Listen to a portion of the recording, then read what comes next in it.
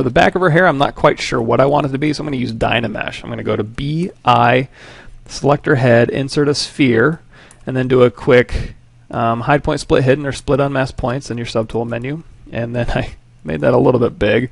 I'm not going to go across X symmetry because this is going to be a very asymmetrical sculpt.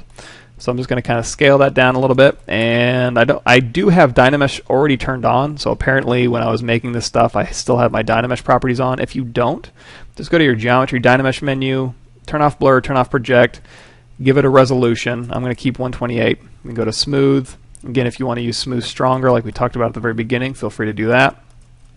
And now we've got just a hair mass that we can then feel free to just go in and move around. So I'll fill in where these things are going to go. I can Alt-tap these and kind of push and pull these around to make them a little bit more natural looking.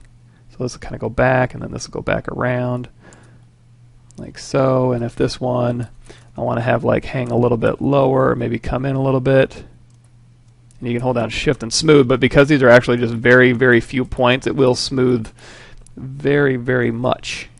So be careful with that. You can always inflate it back if you want to. And then just to give it kind of a wind-blown look, you can have this kind of starting in and then maybe kind of blowing out to the side here, kind of like it is in the reference. And then just inflate that a bit. And then inflate. There we go. And then we'll smooth these just a tiny bit. I'll hold down Shift and then bring my Z intensity down so I can not smooth it that intensely.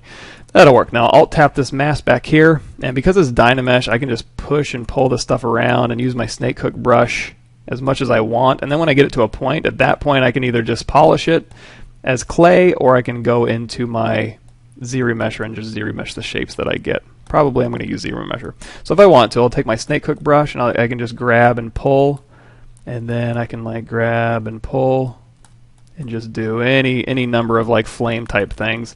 I'm not quite sure what I want it to do, honestly. I'm just going to kind of play around with it a little bit. So I'll go into my snake hook brush, I'll make it pretty big, and I kind of pull it up, Dynamesh, and I kind of pull it back. Maybe go to the front with my move brush, and then grab my snake hook brush, smooth it down. And if this is too much resolution for you, you can always just Dynamesh, go to your Dynamesh properties and knock this back down to like 64. There we go. And now you can kind of pull this up and pull this back and around.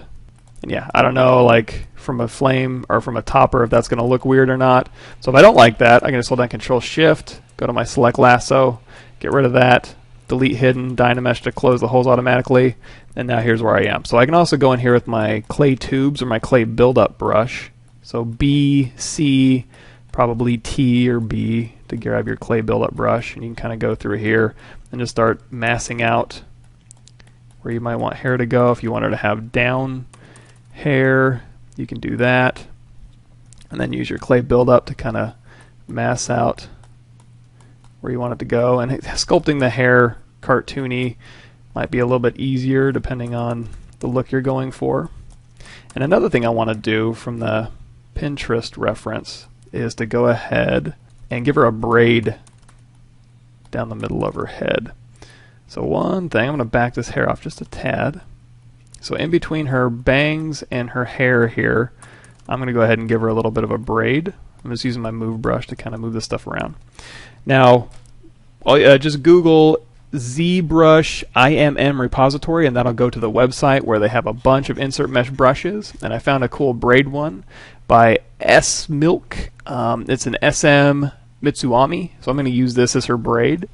So I just downloaded that and I threw it into my ZBrush. Let me go ahead and go to that folder here. ZBrush 4R7, you're going to want to throw it into your ZBrushes. I have an IMM, I also have a hair. I just threw it into here. So now what I can do is just hit my comma key, go to brush, and then just grab the SM brush I just downloaded. And if you can hit M just to see if it has any options. This one doesn't, it's just one brush here. So I'm going to go from one side of her head and just drag that curve all the way over. And if it's starting to snap to a bunch of stuff you don't want, let's go to, undo that, Alt-tap her head, and then turn off the eyeball so just the head is showing. And you know what, let's turn her bangs back on so we can kind of see where we're going, but we'll turn on transparency and ghost so it'll completely ignore that. So then I can go from one side of her head to the other. It'll stay nice and smooth. And we're going to want to continue this, get really close, and you're going to see a red rubber band kind of pop out, and that just means it's going to continue that stroke. There we go. Now, of course, if we want to make this bigger, just go to your brush size, make it bigger. Now, if you're hovering over this and making it bigger, this is just how you interact with your curve. I'm going to go out here to make it bigger and then tap the curve, and that'll make it a nice big braid, like so. That looks about right. So I'm going to tap off to get rid of that curve. I'm going to do a quick hide point split hidden, and then I'm going to turn this eyeball off, turn it back on, and now all my subtools are back. So now I have a braid right down the middle of this thing. If I hit D, that'll give me my dynamic preview. If I want them thicker, I can just go to my deformation menu and then go to the very bottom here-ish, and then just do an inflate of like 5, or just drag that slider. So that'll give me a little bit of a braid look right in between here. I'm going to pull these sides in, pull this up, so now there's a braid kind of separating these two areas here. We'll alt tap her hair, and we'll pull this forward. There we go. So we got kind of a braid separating her bangs.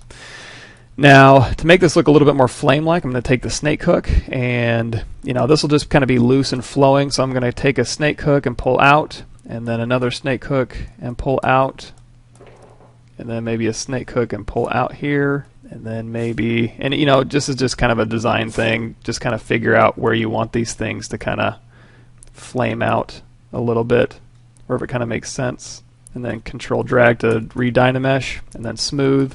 And then once you get kind of the base shape that you want, at this point you can just go, you can keep sculpting if you want to, or you can do a ZRemesh and just get simpler geometry so it smooths. So let's try that. And again, I'm not going to detail this hair out like crazy for the 3D print. I'm going to keep it pretty simple, so it's probably going to end up looking more like this. So let's go ahead and with that hair selected, go down here to Geometry, ZRemesher. Let's give it a target polygon count of like 2, adaptive size of 0, hit ZRemesh, and that's actually pretty decent. Let's do a half. There we go. And now we can use our snake hook or our move accurate or our move brush and just take these points and kind of move them out a little bit if we want to kind of reposition this hair. It's up to you. You can hit D to do your dynamic preview, and there we go.